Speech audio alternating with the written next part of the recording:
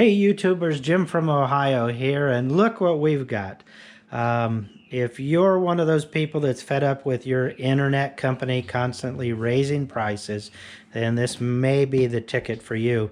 This isn't going to replace our cable TV, but for those people who like to stream out there, this will replace your internet so that you can get your streaming services through the Starlink communication network instead. So this came in the mail. This actually isn't mine. This is my son-in-law's. And what he's doing is he's in the process of house hunting, similar to myself. And a lot of the places that we're looking at with acreage simply is out in the country and doesn't have internet access. So if you're in a place that has limited access or no access, this might be the way to go. So we're going to do kind of an unboxing video, and there's a lot of videos out already on how to set these up, but I know some people like to hear it from people they already know or familiar with. So we're going to go ahead and open up this box and see what it takes to set one of these up. So we'll be jumping back and forth through the setup. Here we go.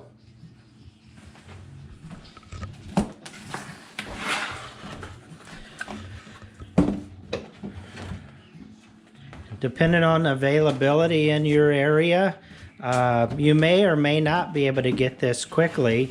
I know there are a lot of waiting lists that are out there.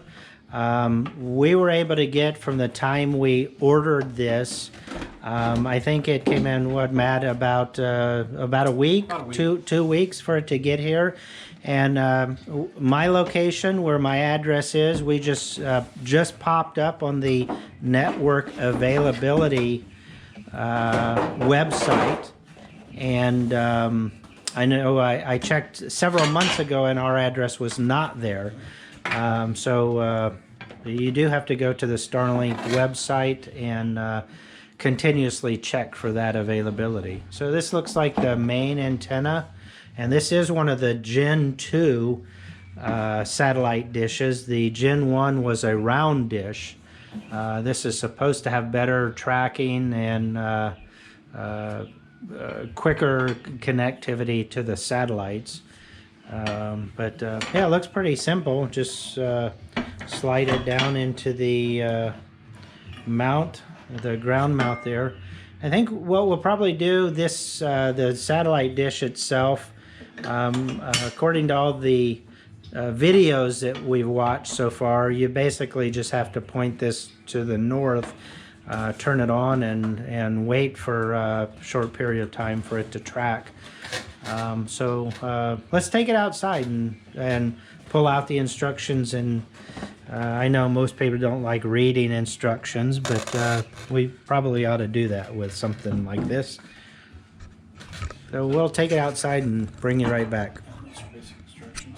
Well, yeah, simple instructions here. I guess that's point it to the sky, plug in the cable, and then connect it to your either your iPad or iPhone or whatever smart device you're using. Well, let's give it a try. We'll take it outside. Yeah, real quickly here, wanted to mention the different options and mounting items that are available. So here we are on the Starlink accessories webpage, and there's the option to mount it on a rooftop, which I guess if you're not going to have a regular vertical connection, you've got it on a sloped roof. And if you don't have or don't want to poke holes in your roof, you want to mount it to the side of your building, you've got a mount like that. Then if you want to mount it lower on your building, there is a way that you can, I guess, put it through the wall and just run your cable on the inside of your wall. Yeah, pole mounts, looks like it's pretty flexible in the different mounting options that you can go with on this system. And then if you don't want to use the Wi-Fi router that comes with the unit, which is this device right here, It's my understanding that you can put this into a bypass mode using a type of an adapter kit similar to this, and it allows you to use your own whatever Wi-Fi router that you have in your home. The signal will pass through this, and then you can split it up in your home any way you would like to. It did come with a 75-foot cable. I guess, or imagine there's an option to get a longer cable if you need to. And then it did come with the power cable. And so that's all the contents that were in this box. But like I said, we'll go outside. We'll set this up in the yard so this faces has a good north-facing window without any kind of obstacles or trees or anything. And yeah, we'll hook it up and see what happens, how smooth it goes. Okay, we're inside the house now, and you can see the dishes out there in the yard. And we believe we have things configured now. We've got over here in the sunroom, the router is right there, and we're connected to that via Wi-Fi to Matt's phone that is here. Let me try to get that in an angle so that Matt, can you hold that up so the reflection isn't on it? That should be good.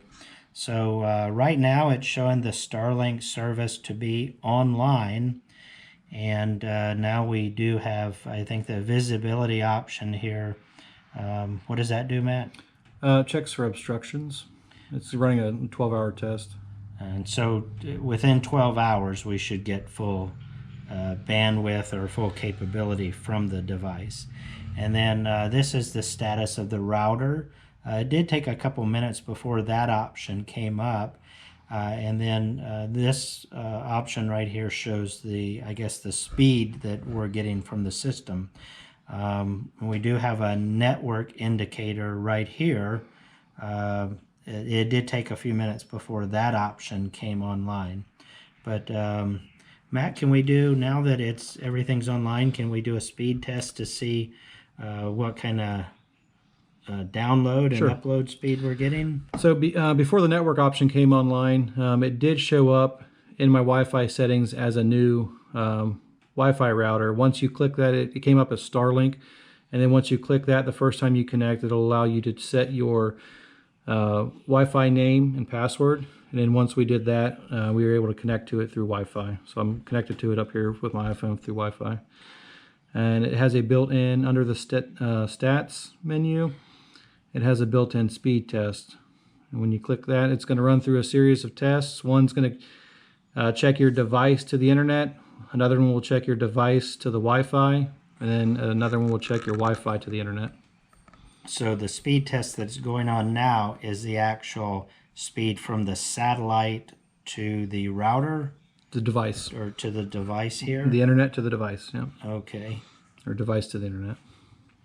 So looks like about 47 megabits per second. It would be what this device is seeing from the internet now. So from this is the router to the internet. Signal from outer space, well, that sure beats DSL by a long shot, and that will continue to improve to get better once the device is able to see all the satellites or check for obstructions. Okay, and so 30 megabits per second, and that was what, Matt? That was the router to the internet. Okay. And this is the device to the router, so it's going to be higher. Okay. So about, was it 30 megabits per second is, so that would still be plenty enough to stream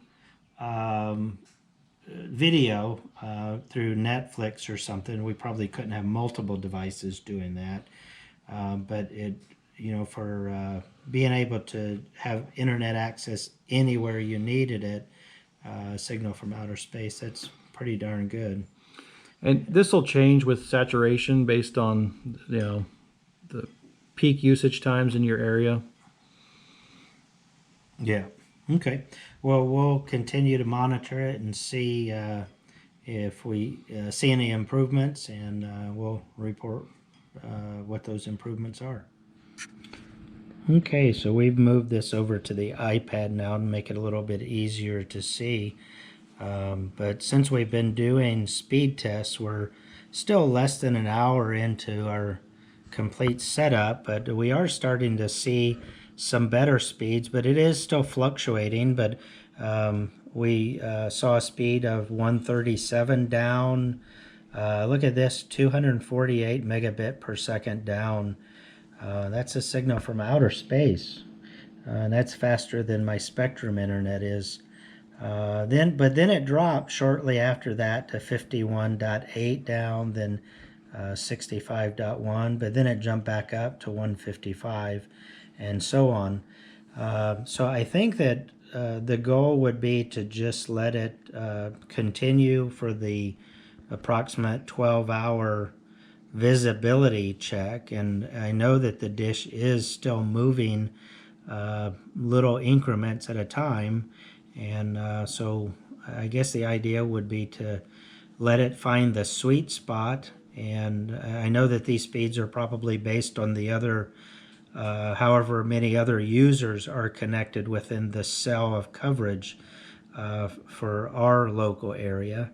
But it looks like this is definitely going to be a viable alternative to, say, DSL, where you get speeds of 2 megabits per second. Or in some cases, if you're fed up with some of those larger internet companies, you may want to kind of cut the cord from them and go to this permanently. But I think it'll definitely give us an option we can now go to during our house hunting. It'll open up the various options for those available houses. We don't have to be limited to only places with internet service now.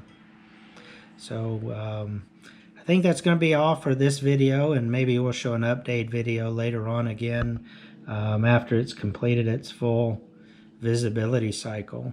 But hope this answers any questions you might have had about the Starlink internet setup. Well, take care, and thanks for watching.